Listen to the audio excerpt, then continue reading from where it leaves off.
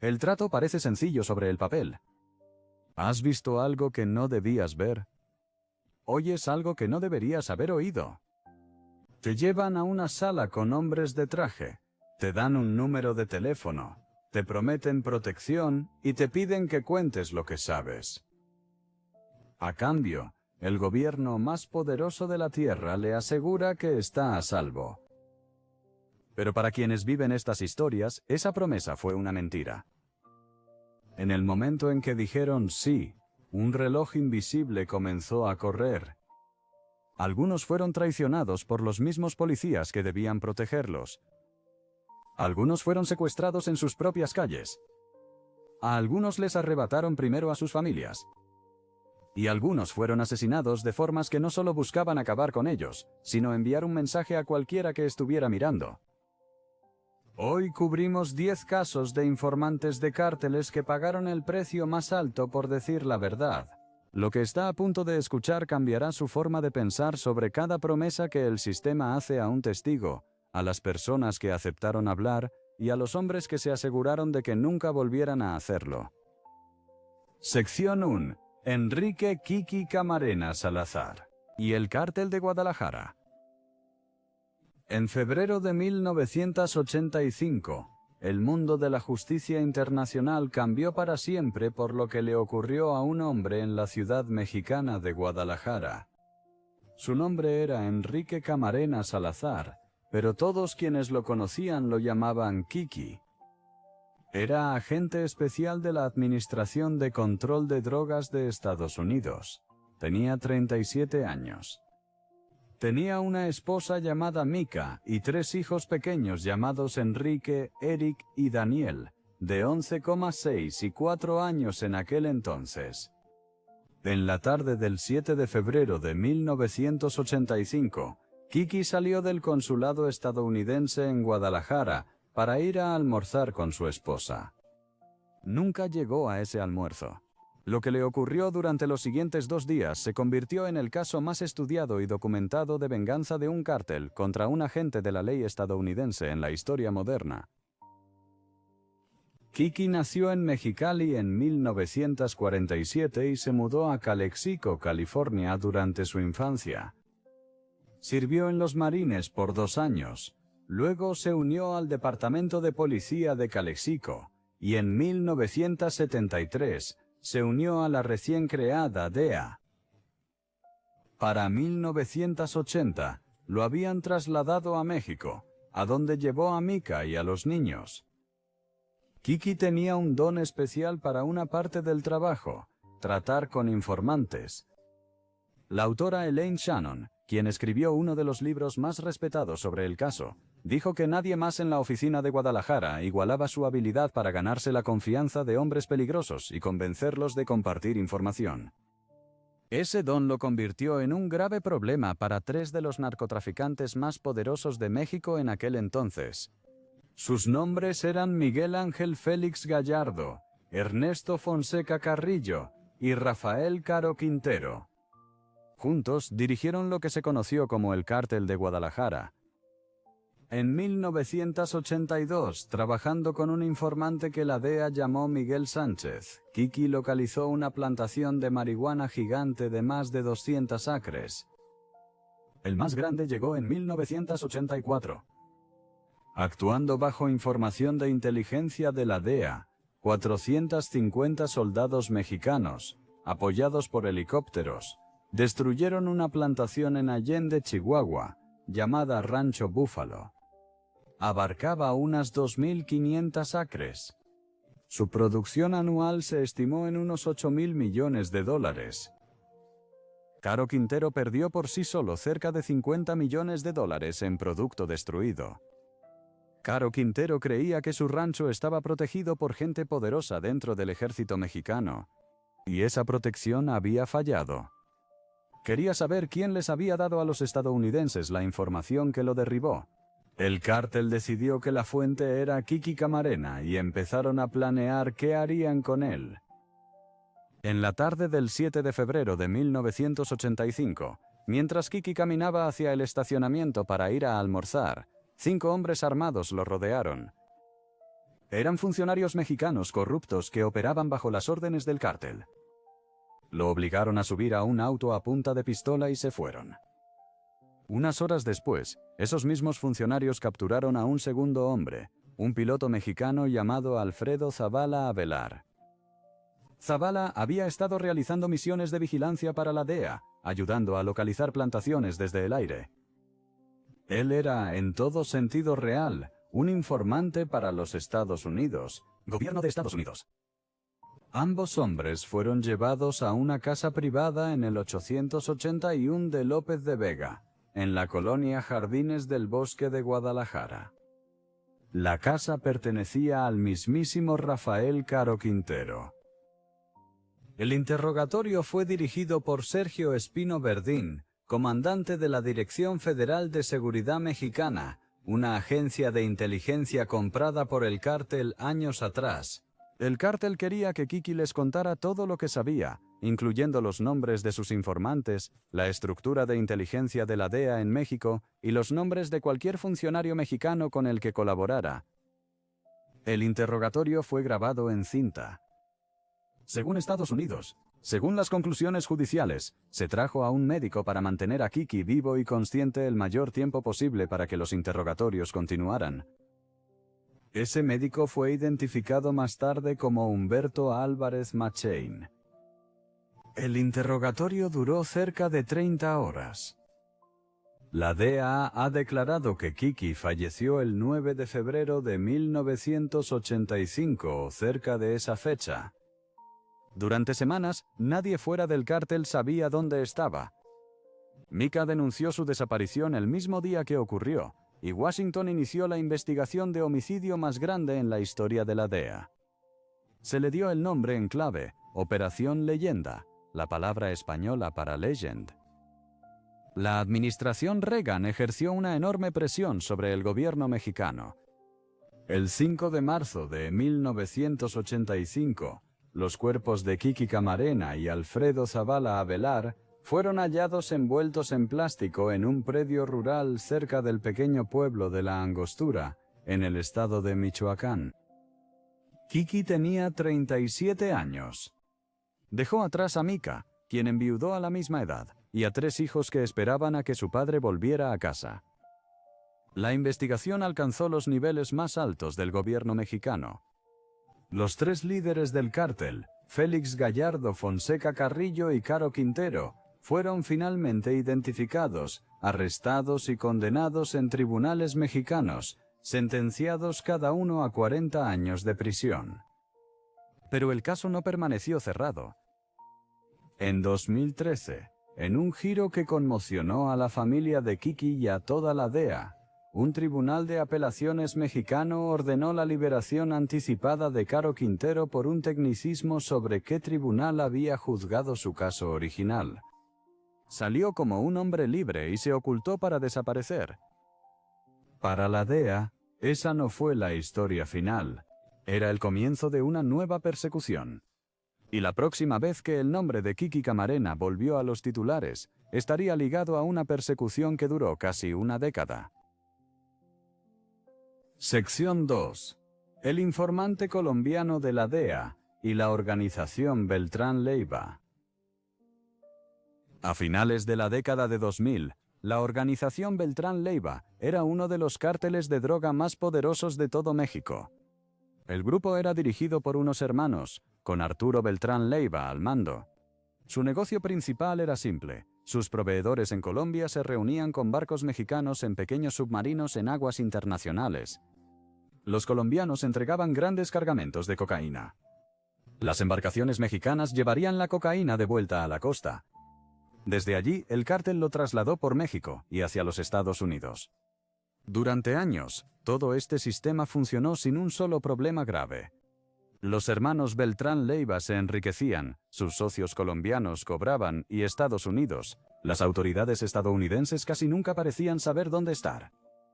Entonces, en algún momento entre 2007 y 2008, todo eso cambió. Durante un periodo de 6 a 7 meses seguidos, los barcos y los pequeños submarinos fueron interceptados por la Administración de Control de Drogas de Estados Unidos. Cargamentos que debían llegar a salvo a México eran incautados en el mar. Cada pérdida significaba decenas de millones de dólares en cocaína que el cartel nunca pudo vender. Los hermanos sabían que esto no podía ser coincidencia ni mala suerte. El patrón era demasiado limpio.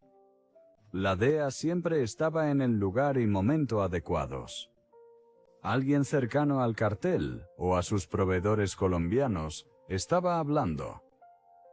Arturo Beltrán Leiva ordenó a sus lugartenientes hallar la filtración. También pidió ayuda a quienes llevaban años protegiendo a su organización, es decir, a funcionarios corruptos de alto rango en la Policía Federal Mexicana. Según el testimonio judicial dado después en una corte federal de Estados Unidos por el exjefe del cártel Sergio Villarreal Barragán, conocido por el apodo El Grande, esos funcionarios llegaron a una reunión portando una carpeta de cartón. Dentro de la carpeta había una fotografía de un hombre, junto a su nombre y su apodo. El hombre era colombiano. Había sido arrestado por Estados Unidos, autoridades estadounidenses en Miami. Había aceptado cooperar con la DEA a cambio de ser liberado. Luego se infiltró discretamente en la red de suministro del cártel como informante confidencial de las fuerzas del orden estadounidenses. Según el testimonio de El Grande, el cártel obtuvo la identidad del informante a través de canales policiales corruptos al más alto nivel del gobierno mexicano. Un agente de la Policía Federal destacado en Colombia tuvo acceso a la información. De ahí, esta ascendió en la cadena hasta un alto mando llamado Luis Cárdenas Palomino. Cárdenas Palomino, a su vez, se lo contó a su jefe y amigo cercano, Genaro García Luna. En aquel entonces, García Luna era el secretario de Seguridad Pública de México bajo el presidente Felipe Calderón.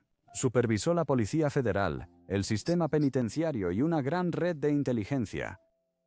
Era la figura policial de mayor rango en todo el país, y Estados Unidos lo consideraba un socio de confianza en la lucha contra los cárteles. Lo que El Grande le dijo a Estados Unidos, el tribunal determinó que Cárdenas Palomino habló con García Luna y luego regresó a una reunión en un rancho del centro de México para compartir lo aprendido. Él reveló a los líderes del cártel el nombre del informante. Él les dijo su apodo. Confirmó que el hombre trabajaba para la DEA. Arturo Beltrán Leiva miró la fotografía en la carpeta y dio una orden directa. El informante debía ser secuestrado, interrogado y asesinado. Las órdenes de Arturo siempre se cumplían. Dos de sus lugartenientes de alto rango localizaron al informante colombiano en una ciudad del centro de México. Lo agarraron y lo llevaron a un lugar privado. Según el testimonio judicial, el informante admitió bajo interrogatorio que, en efecto, había sido arrestado en Miami y colaboraba con las autoridades estadounidenses. Tras esa admisión, el cártel hizo exactamente lo que había dicho que haría. El colombiano fue asesinado y su cuerpo fue desechado. La identidad completa de ese informante nunca se ha revelado públicamente, ni siquiera años después. La DEA no lo ha identificado. Los registros judiciales se refieren a él como fuente confidencial. Su familia nunca ha sido mencionada en testimonios públicos. Lo que el mundo sí sabe es lo que se dijo bajo juramento en Tribunal Federal estadounidense y lo reportado detalladamente por The Intercept y la periodista mexicana Anabel Hernández. Era un ser humano real. Él había aceptado un trato con Estados Unidos, gobierno de Estados Unidos. Él creía que ese acuerdo lo protegería. Los hombres que debían protegerlo en el lado mexicano fueron quienes entregaron su nombre. La historia no permaneció enterrada. Años después, todas las personas involucradas por parte de la ley terminaron en Estados Unidos. Custodia S. Iván Reyes Arzate, el comandante de la Policía Federal conocido como La Reina, fue capturado proporcionando información confidencial a cárteles y fue sentenciado en Estados Unidos. Tribunales Federales de Estados Unidos. Cárdenas Palomino fue arrestado y actualmente se encuentra encarcelado en México. Y Genaro García Luna, el hombre que alguna vez estuvo en el escenario con Estados Unidos, presidentes de Estados Unidos y México como héroe de la guerra contra las drogas, fue arrestado en Texas en 2019. En 2023, fue condenado en un tribunal federal de Brooklyn por aceptar enormes sobornos del cártel de Sinaloa y la organización Beltrán Leiva, mientras era el máximo responsable de seguridad de México. El juicio incluyó testimonios que lo vinculaban directamente con la filtración que causó la muerte del informante colombiano. Antes de continuar, si disfrutas este análisis, por favor considera suscribirte. Ayuda muchísimo al canal. Para un colombiano que trabajaba solo contra un cartel, la traición no vino de otro criminal, sino del mismo gobierno en el que confiaba para protegerlo. Su caso mostró lo peligroso que era ser un soplón en México, en los años 2000. Pero no era el único lugar donde las reglas habían colapsado. En otra parte del país, en la frontera de Estados Unidos, un cártel ya utilizaba una casa entera para el mismo fin, y el informante del gobierno de Estados Unidos, tenía las llaves. Sección 3. La Casa de la Muerte y los asesinatos de informantes del Cártel de Juárez. A principios de los años 2000, en la ciudad fronteriza mexicana de Ciudad Juárez, una pequeña casa en un tranquilo barrio de clase media se convirtió en una de las escenas del crimen más perturbadoras de toda la historia de la guerra contra el narcotráfico en México. La dirección era 3633 calle Pasioneros. Desde fuera parecía cualquier otra casa de la cuadra. Dentro del patio trasero, sin embargo, miembros del Cártel de Juárez enterraban los cuerpos de personas que habían asesinado. Cuando se supo la verdad, al menos 12 cuerpos fueron sacados de esa propiedad, la mayoría mostrando signos de heridas graves. Lo que hizo diferente a este caso de cualquier otra escena de crimen de un cártel en México no fue solo el número de víctimas, sino el hecho de que uno de los hombres con las llaves de la casa era un informante pagado que trabajaba para el gobierno de los Estados Unidos. El nombre real del informante era Guillermo Eduardo Ramírez Pero. Le apodaban Lalo. Antes de convertirse en un activo para antes de las fuerzas del orden en Estados Unidos, Lalo fue policía de caminos en México. En algún momento de principios de los 2000, fue reclutado como informante pagado por Estados Unidos, Servicio de Inmigración y Control de Aduanas, que forma parte del Departamento de Seguridad Nacional. Fue registrado oficialmente en archivos del gobierno estadounidense como informante ACTRA 9113. También pasaba información a la DEA por su cuenta. Su trabajo, en teoría, era limpio y claro. Debía infiltrarse en el Cártel de Juárez, recabar información y transmitirla a sus contactos estadounidenses. El cártel era una de las organizaciones de narcotráfico más poderosas de México en aquel entonces, y infiltrarlo se consideraba un gran triunfo para las agencias estadounidenses. Lalo hizo exactamente lo que ellos querían en cierto sentido. Se infiltró profundamente en la operación. Se ganó la confianza de un alto mando del cártel llamado Heriberto Santillán Tavares. Pasó a formar parte del círculo íntimo de Santillán. El problema fue el precio que pagó por mantener esa fachada. Según documentos judiciales, grabaciones y reportes de NEPR, The Guardian y otros, Lalo no solo estaba cerca mientras ocurrían los delitos. Admitió haber estado presente durante múltiples asesinatos. Admitió haber llevado al menos a 2 víctimas a la casa en Juárez donde sabía que serían asesinadas. En el caso de la primera muerte en esa casa, él grabó secretamente todo el suceso en cinta. Más tarde admitió que, durante esa grabación, sujetó las piernas de la víctima mientras mataban al hombre. Lo que hizo que esta historia estallara a ambos lados de la frontera fue lo que funcionarios estadounidenses supuestamente sabían y cuándo lo supieron. Según documentos obtenidos por NPR y un ex agente especial de la DEA llamado Phil Jordan, quien fue testigo experto en un caso civil posterior, el AIC sabía de los asesinatos mientras ocurrían. Sabían dónde estaban enterrando los cuerpos. Sabían que Lalo estaba involucrado. No compartieron esa información con el gobierno mexicano y no sacaron a Lalo. Los asesinatos simplemente continuaron. El cártel tenía una frase clave que usaba por teléfono cuando era hora de llevar a otra persona a la casa.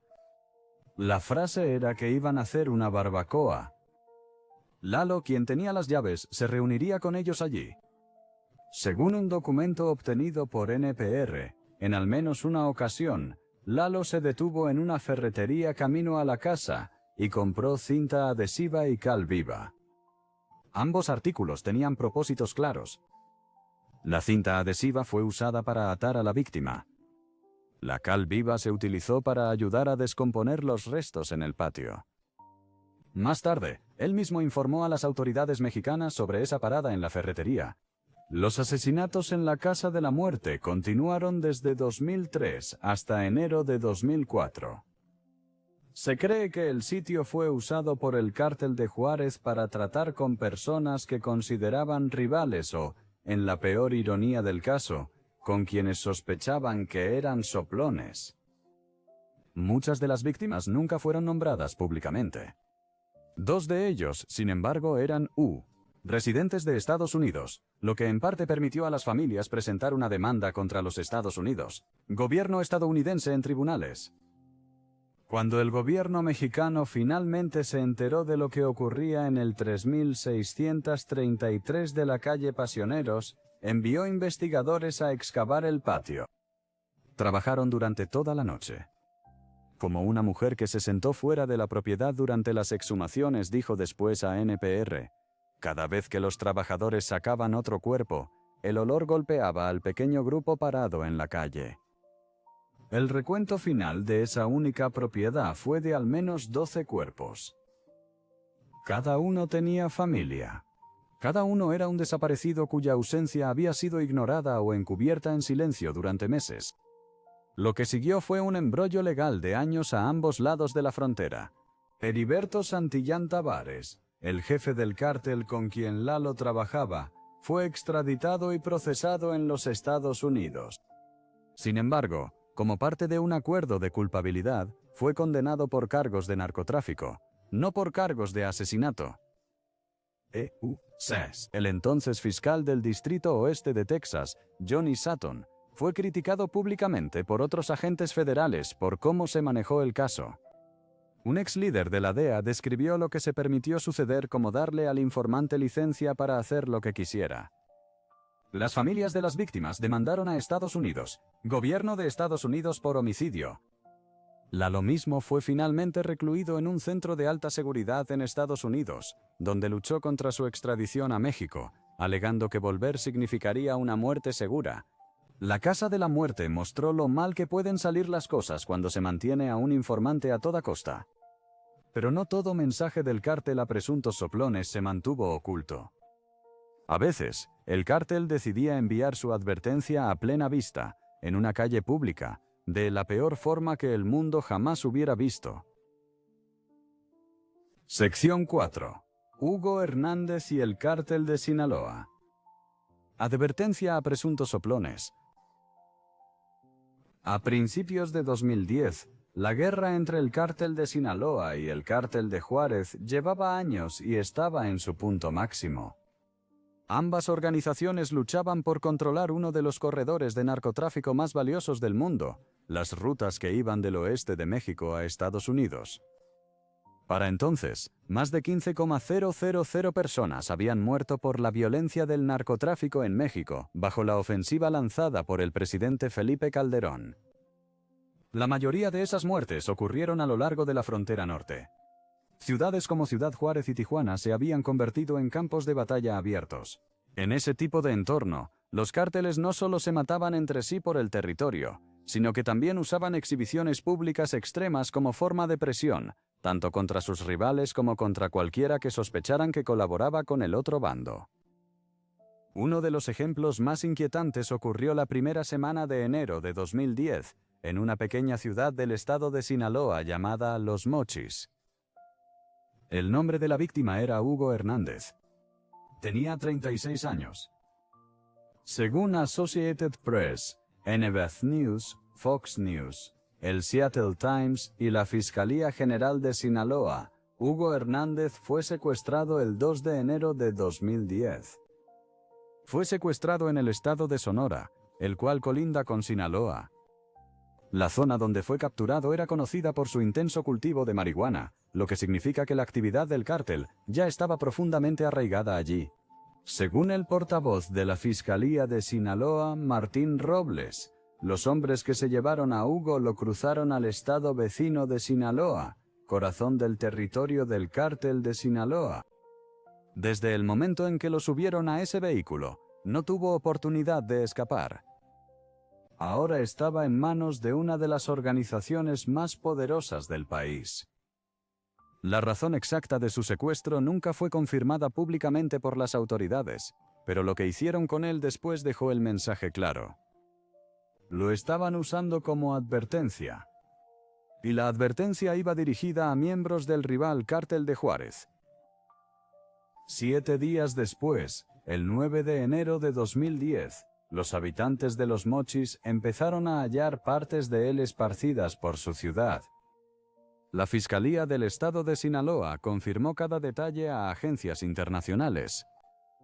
Sus restos fueron divididos en 7 partes distintas y arrojados en diferentes lugares públicos de la ciudad. Su torso fue colocado dentro de un contenedor plástico en un lugar. Sus brazos, sus piernas y su cráneo fueron colocados en una caja separada en otro lugar. La parte más perturbadora del hallazgo fue colocada en una bolsa de plástico cerca del ayuntamiento de Los Mochis. A plena vista, en pleno día. Los miembros del cártel le arrancaron la piel del rostro y la cosieron a un balón de fútbol. Junto a los restos había una nota escrita.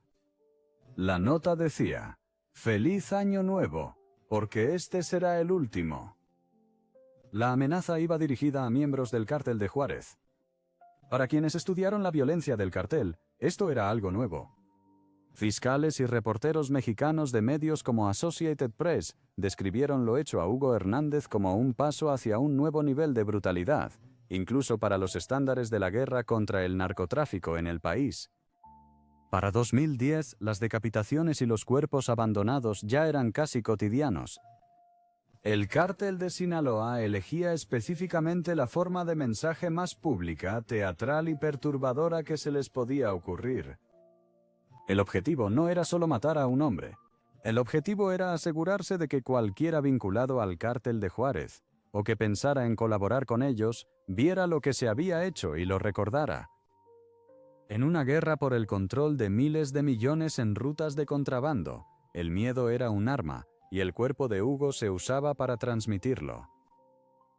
Lo que hace este caso especialmente desgarrador es lo poco que se sabe públicamente sobre el propio Hugo Hernández. La Fiscalía de Sinaloa nunca publicó una explicación clara de por qué fue elegido él en particular. Algunos informes lo describían como un personaje callejero de bajo nivel, otros simplemente lo identificaban como un hombre de 36 años capturado en una zona conocida de cultivo de marihuana.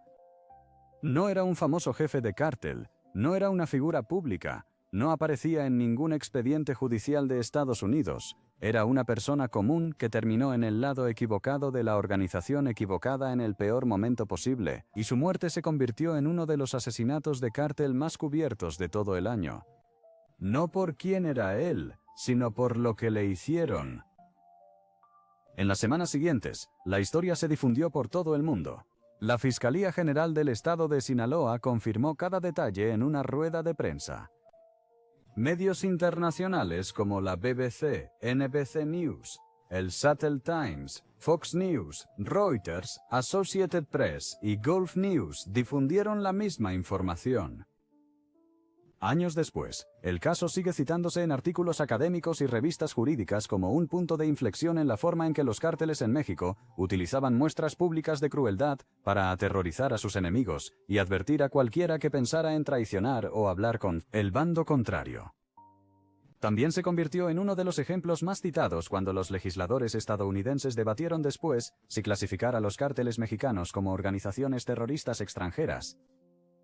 Para la familia de Hugo Hernández, casi nada de ese panorama general importaba. Tuvieron que identificar a su hijo en pedazos. Tuvieron que enterrarlo en pedazos. Los hombres que lo mataron hasta hoy nunca han sido identificados ni arrestados. Antes de continuar, si disfrutas de este análisis, considera suscribirte. Ayuda muchísimo al canal. El mensaje del cártel de Sinaloa en Los Mochis fue una advertencia enviada a través de la frontera a un grupo rival. Poco después, al otro lado del país, se enviaría una advertencia aún mayor. Esta vez, no iría dirigido a un informante ni a un rival del cártel. Estaría dirigido a todo un pueblo.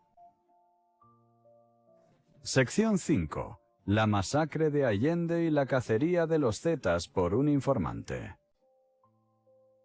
Para 2011, el cártel más temido de todo México era un grupo llamado los Zetas. Originalmente fueron formados por desertores de las fuerzas especiales del ejército mexicano, por lo que estaban entrenados, organizados y equipados a un nivel distinto al de cualquier otro cártel del país.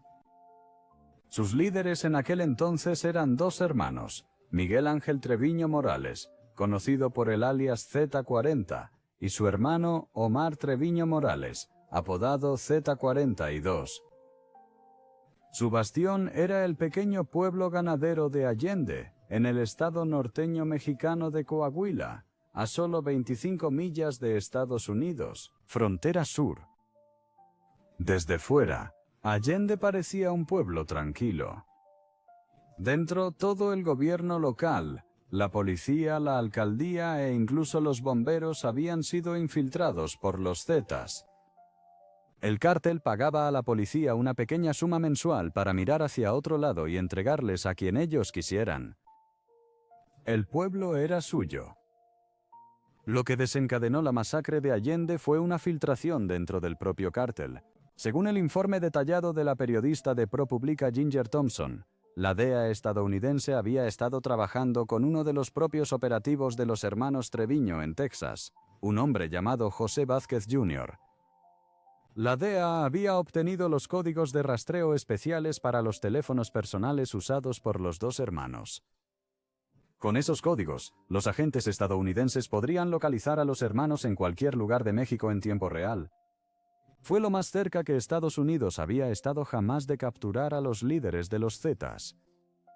Luego, la DEA compartió esos códigos de rastreo con una unidad especial de la Policía Federal Mexicana, conocida como la Unidad de Investigaciones Sensibles. Esa unidad tenía un largo historial de filtrar información a los cárteles. En un lapso muy breve, los códigos terminaron en manos de los mismos hombres a quienes debían ayudar a capturar. Los hermanos Treviño ahora sabían que alguien cercano les estaba informando a los estadounidenses. Sus sospechas recayeron sobre una célula de los Zetas dirigida por un hombre llamado Mario Cuellar, quien fuera policía federal mexicano. El grupo de Cuellar radicaba en Allende. Uno de sus lugartenientes era un joven llamado José Luis Garza Jr., apodado el Huichín. La familia Garza había sido una de las más antiguas y conocidas de la zona por generaciones. Poseían ranchos, negocios y casas por toda la ciudad. Cuando se rastreó la filtración, los Treviño decidieron que el castigo no solo alcanzaría a Cuellar y a el Huichín, sino a todo su linaje, a cualquiera vinculado a ellos y a todo aquel tan desafortunado como para estar cerca. La noche del 18 de marzo de 2011, comenzó la matanza. Según declaraciones juradas recopiladas por la Fiscalía de Coahuila y publicadas por el National Security Archive, decenas de zetas armados, posiblemente hasta 60, arrasaron Allende y sus alrededores en una redada coordinada de 3 días. Trabajaban en pequeños equipos de 4 hombres cada uno, llamados estacas. Conducían camiones. Utilizaron maquinaria pesada para embestir los portones. Entraron en casas y ranchos vinculados a la familia Garza y sacaron a la gente. Se llevaron a los abuelos, se llevaron trabajadores, se llevaron amigos. Se llevaron a personas que simplemente pasaron por el rancho equivocado en el día equivocado para recoger algo sencillo como medicina para animales. El departamento de policía local, por orden directa de su director, bloqueó calles, montó guardia frente a las entradas del rancho y evitó cualquier interferencia. Los cautivos fueron llevados a una propiedad conocida como el Rancho Garza. Según testimonios judiciales dados después por los propios miembros de los Zetas, incluyendo a un hombre apodado el Pájaro y otro conocido como el Canelo, las víctimas fueron atadas, encerradas dentro de un granero en la propiedad y asesinadas allí. Después de eso, el cártel usó barriles llenos de diésel y gasolina para deshacerse de los restos. Los incendios ardieron durante horas. Bomberos locales llegaron a la propiedad para sofocar un incendio en otro edificio y fueron ahuyentados a punta de pistola por miembros de los Zetas, quienes les advirtieron que si regresaban o decían algo sobre lo que habían visto, sus propias familias correrían la misma suerte. El jefe de bomberos y sus voluntarios declararon después ante los investigadores que reconocieron los rostros tanto de los miembros del cártel como de los policías que custodiaban las puertas. La línea de emergencia del pueblo recibió cerca de 1,450 llamadas durante esos 3 días. Casi ninguna fue respondida. Al alcalde, un hombre llamado Sergio Lozano, le habrían avisado días antes de que se avecinaba una ola de violencia.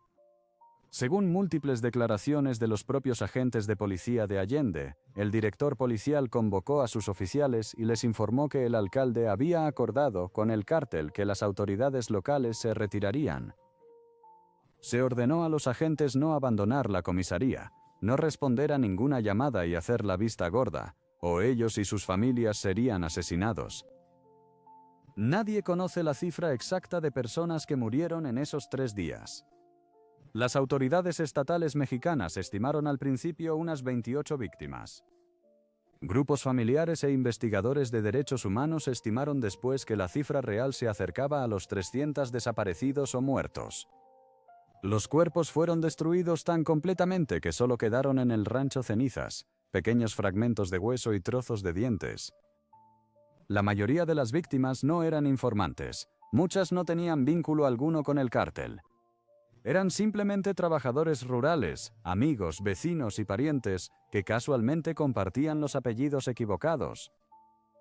Hasta el día de hoy, solo un puñado de personas, incluyendo algunos policías corruptos y un par de miembros de los Zetas, han sido condenados en el caso. El alcalde quedó libre. El director de policía no ha sido juzgado. La masacre de Allende mostró la magnitud de lo que un cártel podía hacer al sospechar de un solo informante en sus filas. Pero la venganza del cartel contra los soplones no cesó en la era de los archivos de papel y los teléfonos rastreados.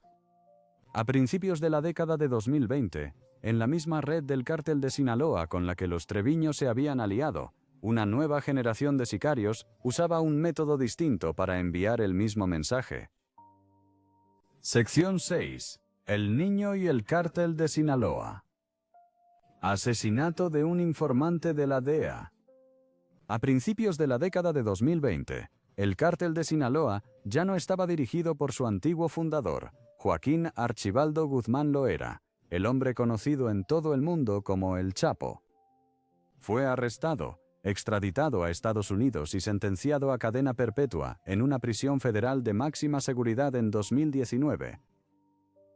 Tras su destitución, el cártel pasó a manos de sus hijos. Los 4 hermanos, Iván Archibaldo Guzmán Salazar, Jesús Alfredo Guzmán Salazar, Ovidio Guzmán López y un 4º hermano, fueron conocidos como los Chapitos. ¿Cuál es una palabra en español que se traduce aproximadamente como los Chapitos? Tomaron el negocio familiar y lo hundieron más en uno de los productos más mortíferos de la historia farmacéutica moderna, el fentanilo. El fentanilo es un opioide sintético más de 50 veces más potente que la heroína y se ha convertido en la principal causa de muerte de estadounidenses entre 18 y 49 años.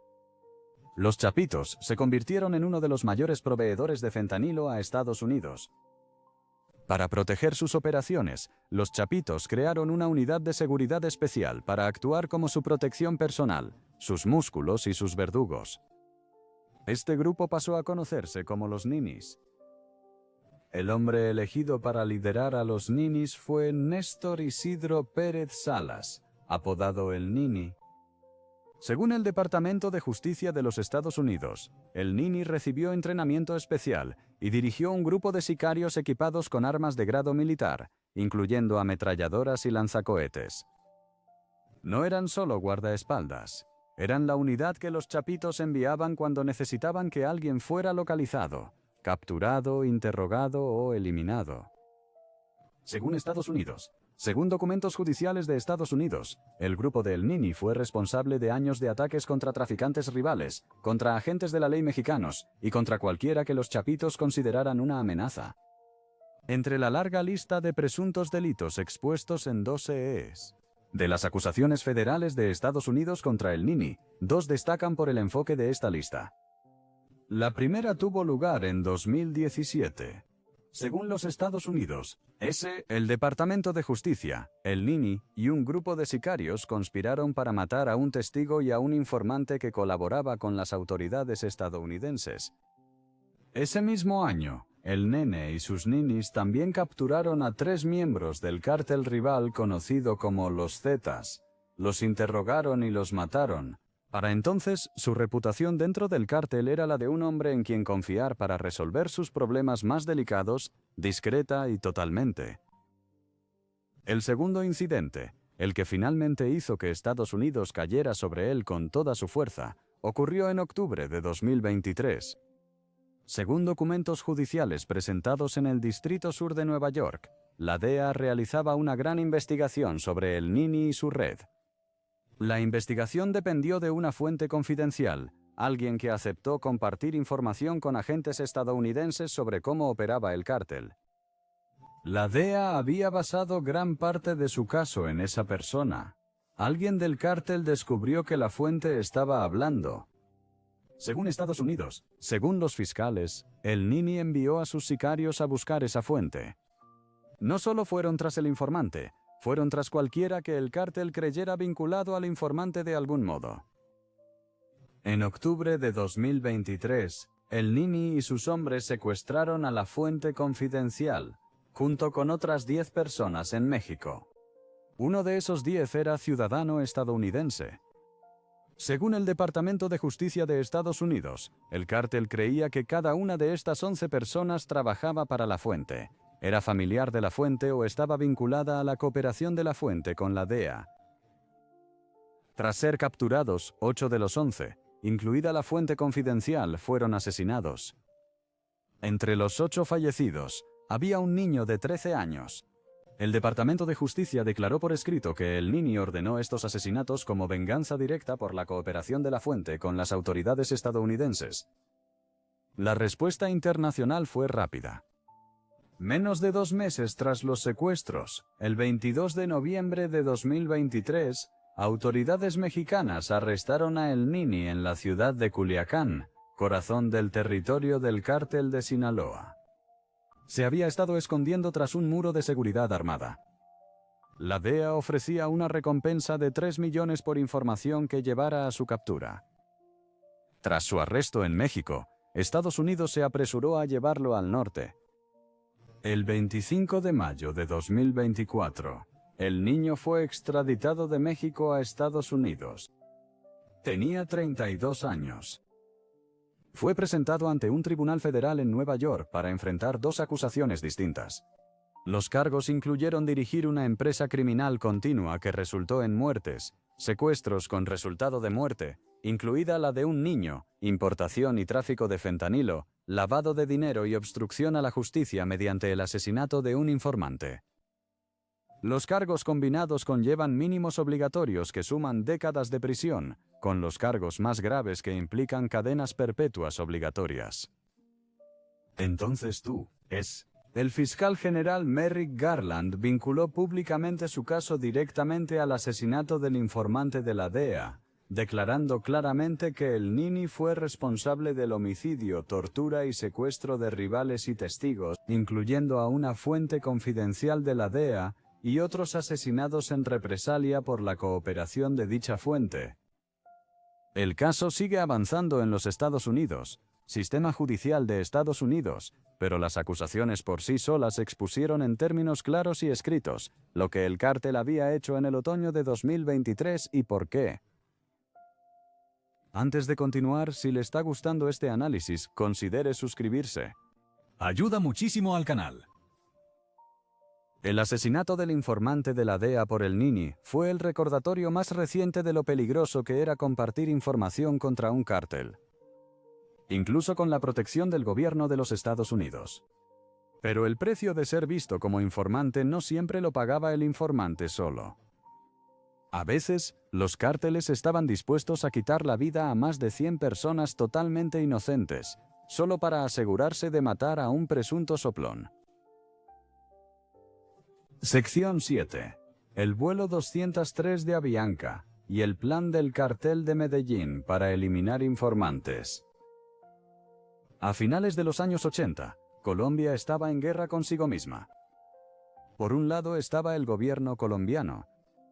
Al otro lado estaba un hombre llamado Pablo Escobar y la organización que lideraba, conocida como el Cartel de Medellín. Escobar fue, en el apogeo de su poder, uno de los hombres más ricos del mundo. Su cártel ingresaba cerca de $20.000 millones al año vendiendo cocaína en Estados Unidos. La lucha entre Escobar y el Estado colombiano alcanzó un nivel que ningún otro país había experimentado jamás. Jueces, policías, periodistas y políticos eran asesinados en las calles de Bogotá y Medellín casi todos los días. La principal exigencia de Escobar era simple. Quería que el gobierno colombiano prohibiera una ley que permitiera su extradición a Estados Unidos para ser juzgado. Tenía una frase célebre que resumía su pensamiento. Prefería una tumba en Colombia a una celda de cárcel en Estados Unidos. En la antesala de las elecciones presidenciales colombianas de 1990, el cartel ya había demostrado hasta dónde estaba dispuesto a llegar. En agosto de 1989, los sicarios de Escobar asesinaron al candidato presidencial Luis Carlos Galán ante una multitud en un acto de campaña. Galán había sido la voz más fuerte a favor de extraditar capos a Estados Unidos. Tras su asesinato, su reemplazo en la candidatura fue un hombre llamado César Gaviria, quien mantuvo la misma postura intransigente. Escobar también quería fuera a Gaviria. El cártel comenzó a planear un ataque de un tipo nunca antes visto en Colombia. Atentarían contra Gaviria con una bomba en un vuelo comercial. El vuelo elegido fue el vuelo 203 de Avianca. Fue un vuelo nacional colombiano programado para salir del Aeropuerto Internacional El Dorado en Bogotá hacia el Aeropuerto Internacional Alfonso Bonilla Aragón en Cali, la mañana del 27 de noviembre de 1989. La aeronave era un Boeing 727 con el número de registro HK-1803. Había sido construido en 1966. Era operado por Avianca, la Aerolínea Nacional de Colombia. El capitán esa mañana era José Ignacio Osa Aristizábal, de 40 años. El primer oficial era Fernando Pizarro Ezguerra, de 22 años. El ingeniero de vuelo era Luis Jairo Castiblanco Vargas, de 34 años. Había 3 auxiliares de vuelo a bordo con ellos, junto a 101 pasajeros. En total, 107 personas iban a volar esa mañana. Según informes detallados en registros judiciales, en el libro Killing Pablo de Mark Bowden y en la revista colombiana Semana, el plan del cartel consistía en engañar a un joven colombiano para que subiera la bomba al avión. Su nombre era Alberto Prieto.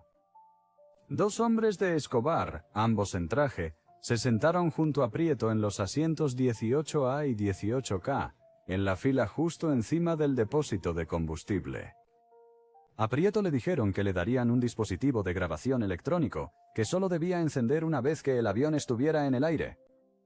Le dijeron que la grabación captaría una conversación entre un par de pasajeros cercanos. Era mentira. El dispositivo era una bomba de explosivos plásticos. Justo antes del despegue, uno de los hombres de Escobar bajó del avión. El otro se quedó a bordo. Prieto, que no tenía idea de lo que realmente transportaba, fue conocido más tarde por el apodo de El Suizo. Lo habían usado como gatillero, pero murió sin saber nunca lo que realmente hacía. El vuelo 203 despegó a las 7:13. 5 minutos después, volando a 4.000 metros de altura a más de 790 kilómetros por hora, el artefacto explosivo detonó. La explosión detonó los vapores de combustible en el tanque central del avión. Testigos en tierra vieron fuego salir del lado derecho de la aeronave. Una segunda explosión partió el avión en dos. La sección de la nariz se separó de la cola, y los restos cayeron en llamas sobre el pequeño pueblo de Soacha, justo a las afueras de Bogotá. Fragmentos del avión quedaron esparcidos en un radio de 5 kilómetros. Las 107 personas a bordo murieron al instante. Otras 3 personas en tierra también murieron por los escombros. El número total de muertos fue 110. César Gaviria, el hombre que Escobar quería matar, no estaba en el avión. Su equipo de seguridad le había aconsejado cambiar sus planes de viaje. Luego ganó las elecciones de 1990 y se convirtió en el siguiente presidente de Colombia. Pero hay otra parte de la historia. Según testimonios judiciales y reportes de la publicación Denver Westward durante el juicio de 1994 al jefe de sicarios de Escobar, Dendenis Muñoz Mosquera, alias La Quica, surgió una teoría alternativa sobre el atentado en Estados Unidos, Tribunal Federal estadounidense. Esa teoría sostenía que la bomba también buscaba matar a 2 informantes conocidos, un hombre llamado Carlos Andrés Escobar y una mujer llamada Astrid del Pilar Gómez, ambos pasajeros del vuelo. 2 ciudadanos estadounidenses también estaban entre los muertos, lo que permitió al Departamento de Justicia de Estados Unidos presentar la acusación. Muñoz Mosquera fue finalmente condenado en Estados Unidos, Tribunal Federal estadounidense, que lo condenó a 10 cadenas perpetuas consecutivas en 1994. El atentado de Avianca demostró que Escobar estaba dispuesto a arrebatar más de 100 vidas totalmente inocentes para silenciar a sus enemigos políticos y a cualquier informante que pudiera perjudicar a su organización. Pero el precio de ser visto como un soplón no siempre lo pagaba el soplón mismo. A veces, en el mundo de los cárteles, el castigo recaía sobre los seres más queridos del soplón. Sección 8. Héctor Luis Palma Salazar y los asesinatos de la familia del Cártel de Sinaloa. En el mundo del narcotráfico mexicano de finales de los años 80, pocas historias han calado tan hondo o permanecido tan bien documentadas como lo ocurrido a la familia de un colíder del Cártel de Sinaloa llamado Héctor Luis Palma Salazar. Palma, también conocido por su apodo el Güero Palma, que se traduce aproximadamente como el de piel clara, nació el 29 de abril de 1960 en Mocorito, un pequeño pueblo del estado mexicano de Sinaloa. Se abrió camino en el mundo criminal a la mala. Empezó como ladrón de coches. Desde allí, se abrió camino hasta conseguir un empleo como pistolero para uno de los capos de la droga más poderosos de la historia mexicana, un hombre llamado Miguel Ángel Félix Gallardo, quien dirigía el cártel original de Guadalajara. Palma ascendió rápidamente dentro de esa organización. A finales de los años 80, se había convertido en una figura importante del cártel y en un colaborador cercano de un joven traficante que empezaba a destacar, un hombre llamado Joaquín El Chapo Guzmán.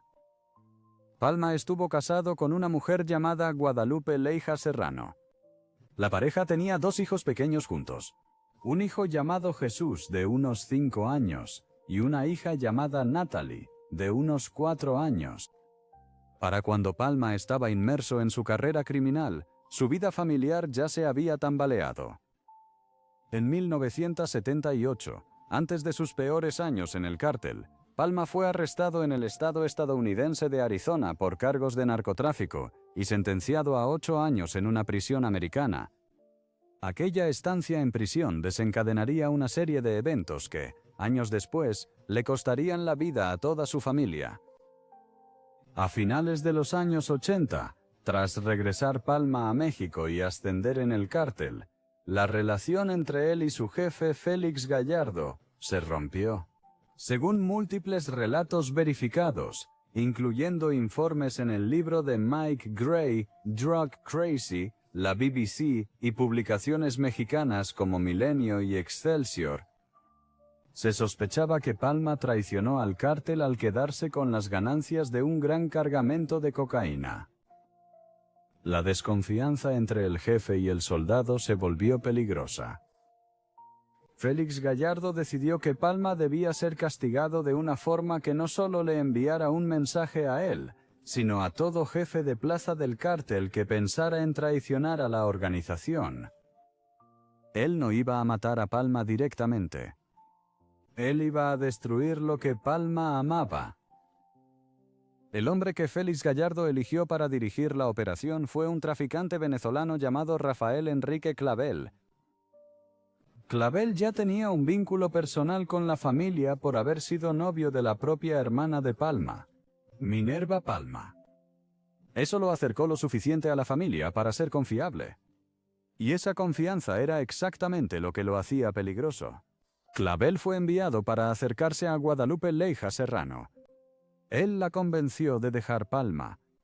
Él la convenció de retirar $7 millones estadounidenses de una cuenta bancaria vinculada a su esposo. Y la convenció de llevarse a sus 2 hijos pequeños y desaparecer del hogar familiar.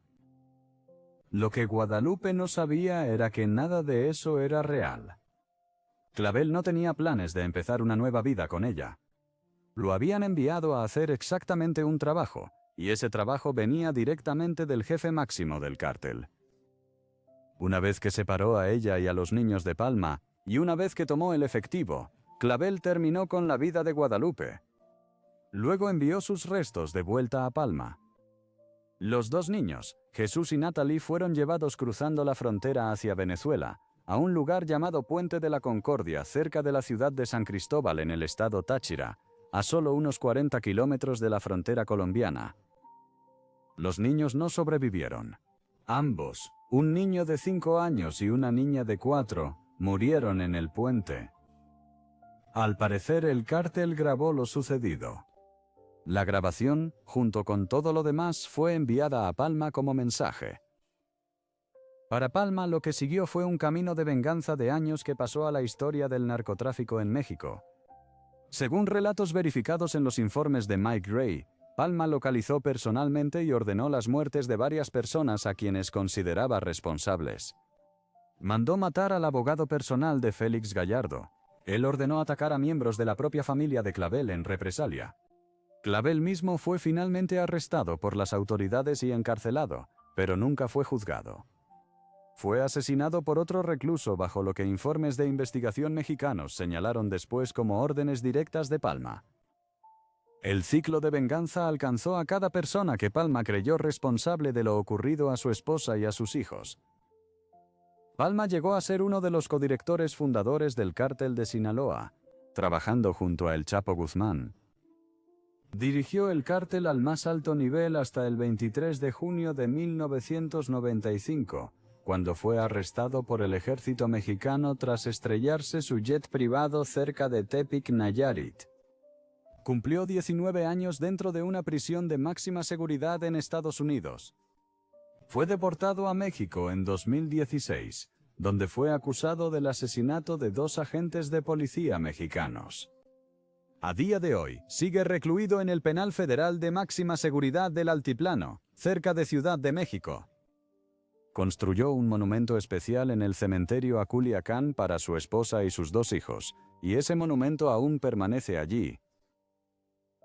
Antes de continuar, si disfrutas de este análisis, considera suscribirte. Ayuda muchísimo al canal. El caso de Palma mostró cómo los cárteles castigaban a quienes consideraban soplones y traidores atacando a sus seres queridos.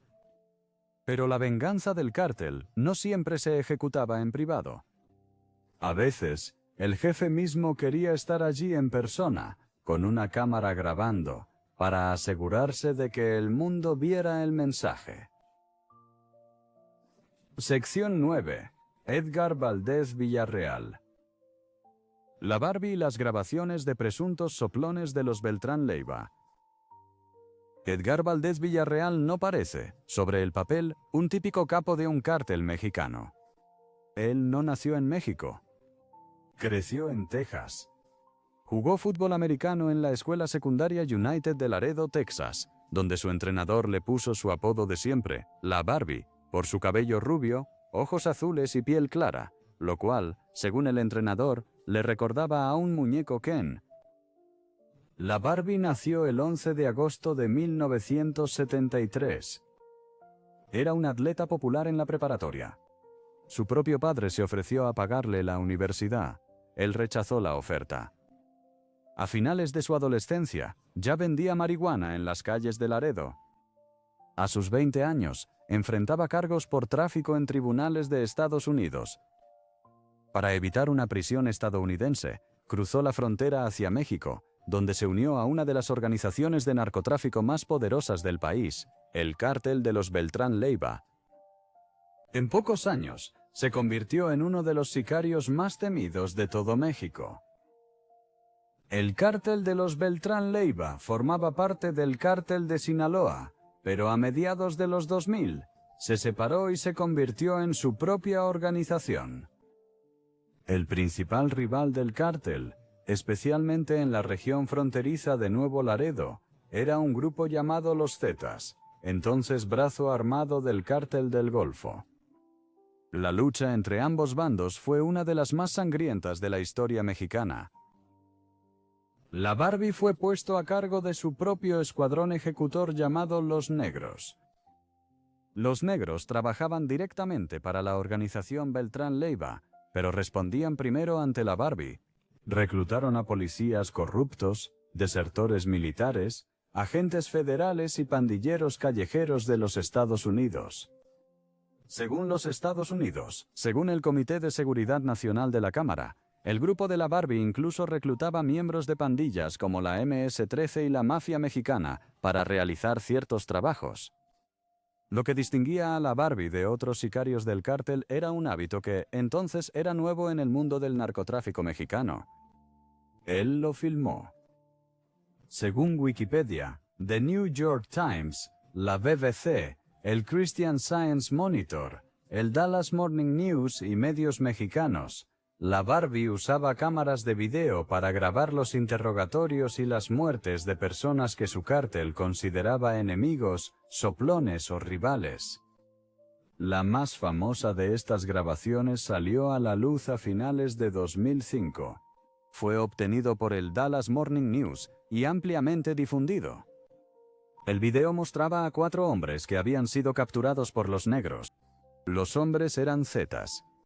Habían sido enviados a territorio de los Beltrán Leiva, en lo que el cártel creía era una misión para matar a la Barbie mismo. En cambio, los hombres de la Barbie los capturaron primero. En el vídeo, los 4 Zetas capturados aparecían sentados en el suelo, golpeados y ensangrentados. Se vieron obligados a identificarse ante la cámara. Les preguntaron para quién trabajaban. Les preguntaron quién los había enviado. Se les preguntó cuáles habían sido sus órdenes. Según los reportes de Texas Monthly y el perfil de la Barbie en la revista Rolling Stone, los hombres admitieron ante la cámara ser Zetas y trabajar bajo las órdenes de uno de sus comandantes. Uno de ellos describió ser halcón, un puesto menor del cártel que vigila las calles e informa a los jefes. Otro describió su rol como reclutador. Otro habló de un método de ejecución del cártel donde interrogan a la víctima y luego la eliminan discretamente. Un método conocido en la jerga del cártel como el guiso. Al final del vídeo, al menos uno de los 4 hombres fue asesinado ante la cámara. El cártel no solo guardó la grabación para ellos, la difundieron. Querían que se viera. Las autoridades dijeron después que la Barbie pudo haber ordenado la grabación, en parte como venganza personal por el asesinato de su propio hermano, Armando Valdez Villarreal, quien había sido ejecutado por los Zetas en Nuevo Laredo. El objetivo de difundir el vídeo era enviar un mensaje claro a cualquiera que piense trabajar con los Zetas, a quien considere darles información y a todo aquel dentro de la organización Beltrán Leiva que estuviera pensando en traicionarla. En los años siguientes, aparecieron más grabaciones en línea, todas siguiendo un formato similar. Los cautivos se identificaron. Se hicieron preguntas. Se dieron respuestas. La grabación circuló por todas partes. En total, se cree que la guerra de bandas vinculada a la Barbie causó más de 150 muertes. Según registros judiciales e investigaciones periodísticas, incluida la de Anabel Hernández, publicada posteriormente en Aristegui Noticias, el propio Levarbi también pasó información a los Estados Unidos. DEA y FBI entre 2008 y 2010, mientras dirigía su propio escuadrón en México. Fue arrestado por la Policía Federal Mexicana el 30 de agosto de 2010, en una casa rural cerca de la Ciudad de México.